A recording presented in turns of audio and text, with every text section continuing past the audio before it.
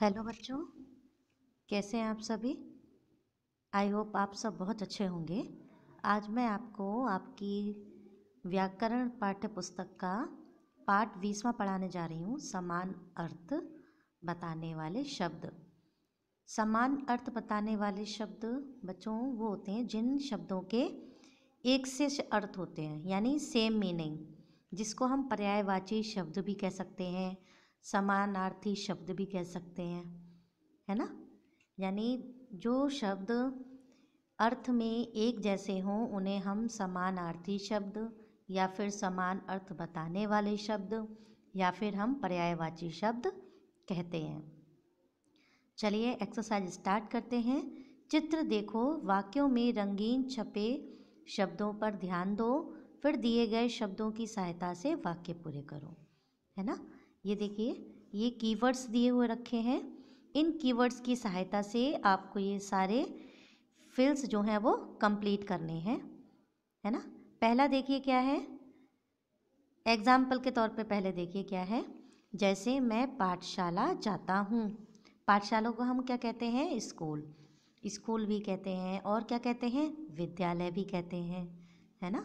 तो हमारे पास दो अर्थ हो गया पाठशाला का, एक हो गया स्कूल और दूसरा हो गया विद्यालय।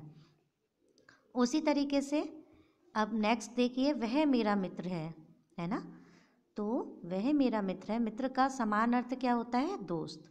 तो यहाँ पर क्या लिख देंगे, वह मेरा दोस्त है। दोस्त को बच्चों और क्या कहते हैं हम, सखा। सखा भी कहते हैं। राम कोई उत्तर ना दे पाया, है ना। उत्तर ना दे पाया, तो उत्तर का क्या होगा, देखिए जवाब। जवाब, है ना। उत्तर का क्या होगा, जवाब। राम कोई जवाब ना दे पाया। नेक्स्ट है, भोजन मेज पर रखा है।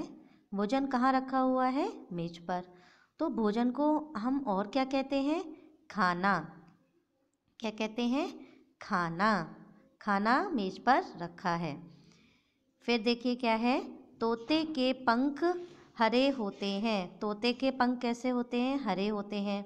पंख को हम और क्या कहते हैं, पर। पंख को और क्या कहते हैं हम, पर। तोते के पर हरे होते हैं, तो पंख का पर्याय क्या हो गया, पर।